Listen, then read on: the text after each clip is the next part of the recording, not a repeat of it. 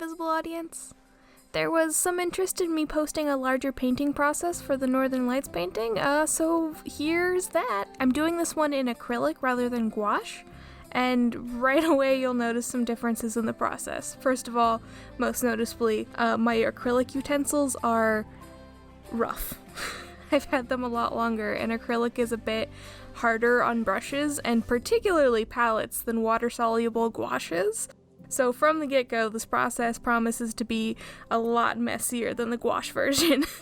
I'm going to be using some Blick acrylic paint, but for this first background cover, I'm using just a cheap store brand paint because it's a lot wetter, and it'll blend and cover the canvas a lot faster and smoother than the thicker, albeit nicer paint. This paint doesn't layer super well. It comes out kind of translucent when painted over like darker colors of things, but it's perfect for a background. I also use the cheaper paint anytime I'm painting galaxies or like large sky pieces. It's perfect for backgrounds because you get a really nice blend really quickly, but it's like too watery to use for too much else, and this makes me sound like a paint snob. I promise I'm not a paint snob. I've been painting since I was like 6 or 7 years old. Those were like oil classes that I took at that age, and honestly that is like my only formal art training outside of high school art classes and like one class in college that we mostly spent making zines. So I'm 85% self-taught, and I learned everything that I know using that cheap paint, and it's because of how much I've worked with that paint that I know how different the more expensive paint can be. Like, you can absolutely work with dollar store paint and make something amazing, and I've done it plenty. It's never about the materials, but how you use them, and this particular system is just what sort of vibes with me best, I guess, using the cheaper paint for large stuff, and then the more expensive paint, which, you know, you have less of for the smaller details and the more finicky, layery, oriented type stuff. I'm rambling.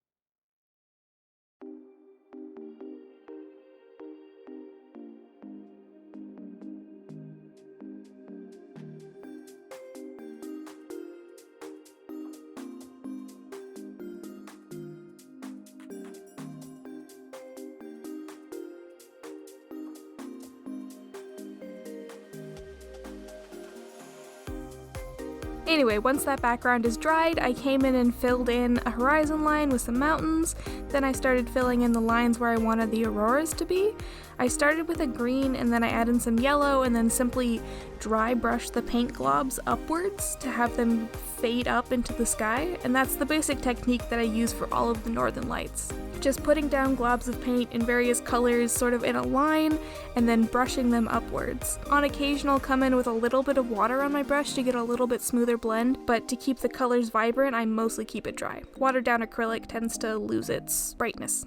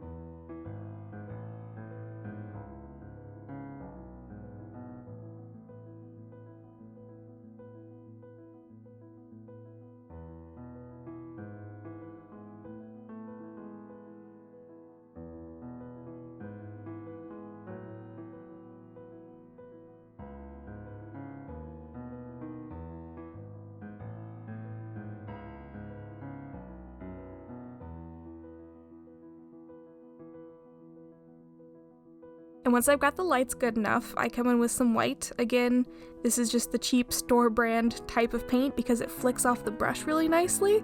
There is so much difference between paint quality, and the way that they work in different circumstances is so fascinating to me.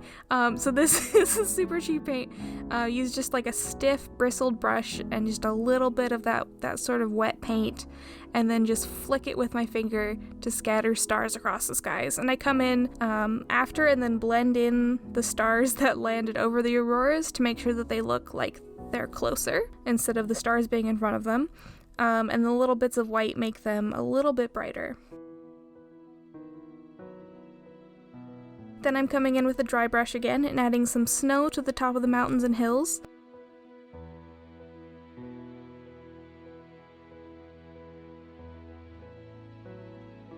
And then I start making what I was intending to be a reflective lake or a body of water of some kind, but by the end of this, I decided that I didn't like it, and I paint over it. So don't get too attached to that concept because it doesn't stay through to the end.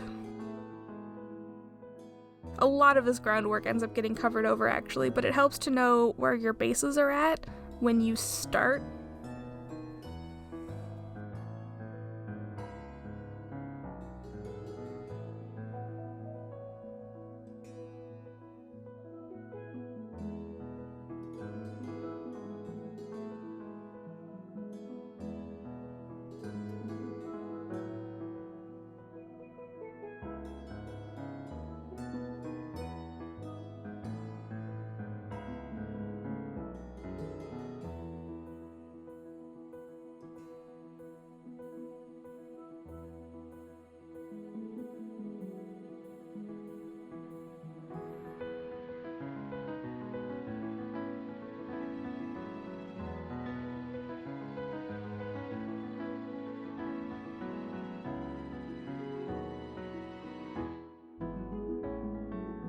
So then I go in with a chisel brush, which has got kind of like an edge to it, and I start just sticking in trees. And this is one of those instances where old beat up brushes are actually like really handy because this brush gives it a really nice irregular tree shape in just the size that I needed, like perfectly every time. And a brand new brush wouldn't be able to do that as well because it would be extremely uniform and not as like jagged in the shapes that it would provide, and it would look a little bit less organic. So pro tip, keep your grimy old brushes, sometimes they're useful. Again, ignore the lake.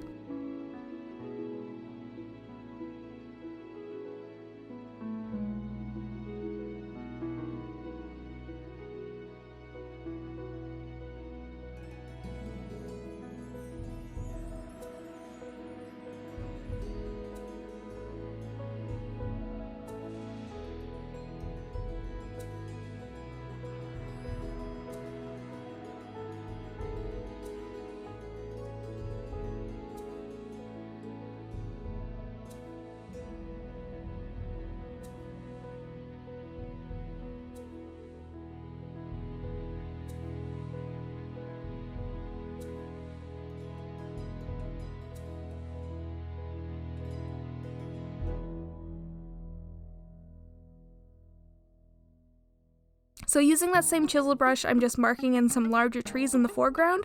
A fun fact about me is that I kind of suck at drawing deciduous trees. Something about them will forever baffle me unless I'm using references and like super studying the reference.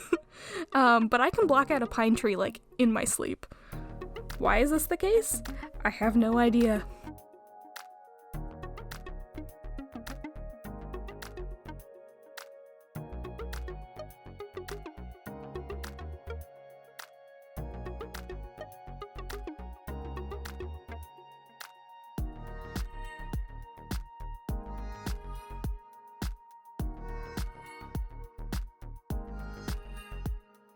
Then we're just gonna add some snow for depth. Then we're gonna fuss with the lake for a while. The stupid lake. It would have been fine if I had just let it be, but I kept messing with it and I ended up overworking it and I lost the plot. But it works out in the end because I wanted to add some polar bears to match the bathroom that I'm painting this for, which has polar bears as part of the bathroom decor. and removing the lake in favor of just sort of a clearing lends itself to that just fine.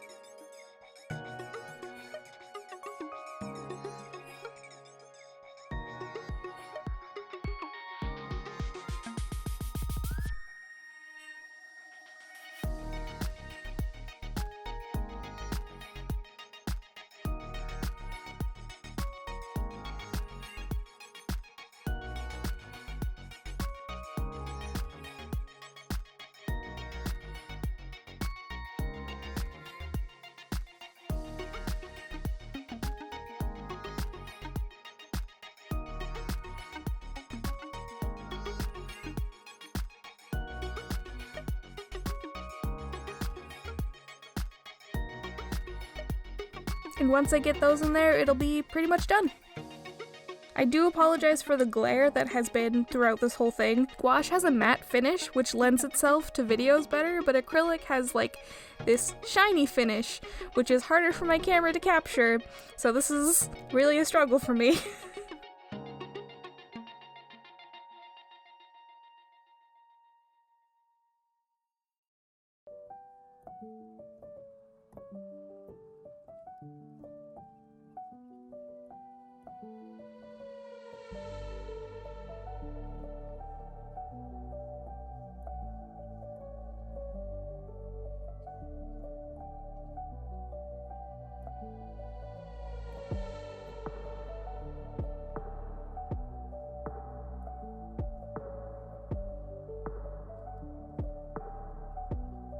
So let's just remove the tape. This painting was actually done on canvas that I had removed from the wooden frame that it had come pre-bought, stapled to a frame, and I just pulled it off because I needed it to be flat so that it would fit in the frame that I was making this for.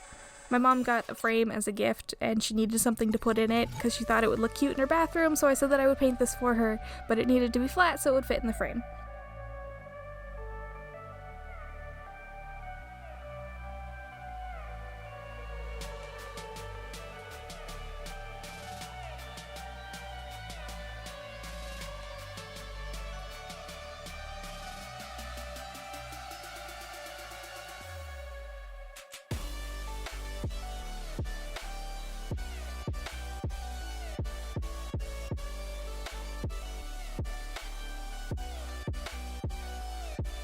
So I've just got to trim the edges on the edge of the canvas that I'd cut out. I had left a little bit of a gap so I could tape it down to my desk, which is perfectly fine and clean now, I promise. I cleaned it up real good after this.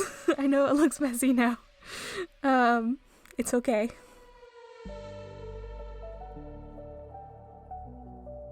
So I just trim the edges, place the painting on a larger piece of paper to fill out the frame, and then I'm gonna go hang it up.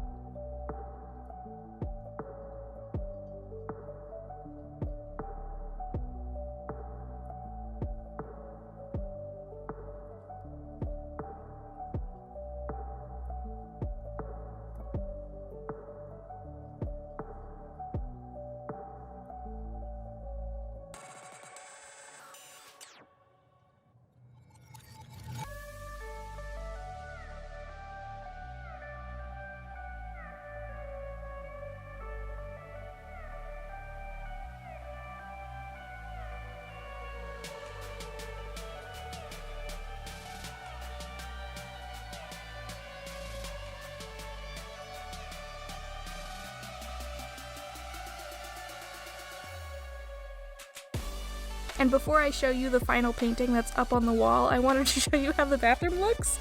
It's a really cute aesthetic. It's kind of similar to the theme that I did for my February bullet journal with polar bears and galaxies. And my mom put up a few other paintings of mine too, of like sort of stars and galaxies and stuff. And I think that the final painting looks nice. It's definitely more vibrant than my camera wants to admit, but oh well. Yeah, so that's it. Thank you so much for watching. Pachoo, pachoo, pachoo.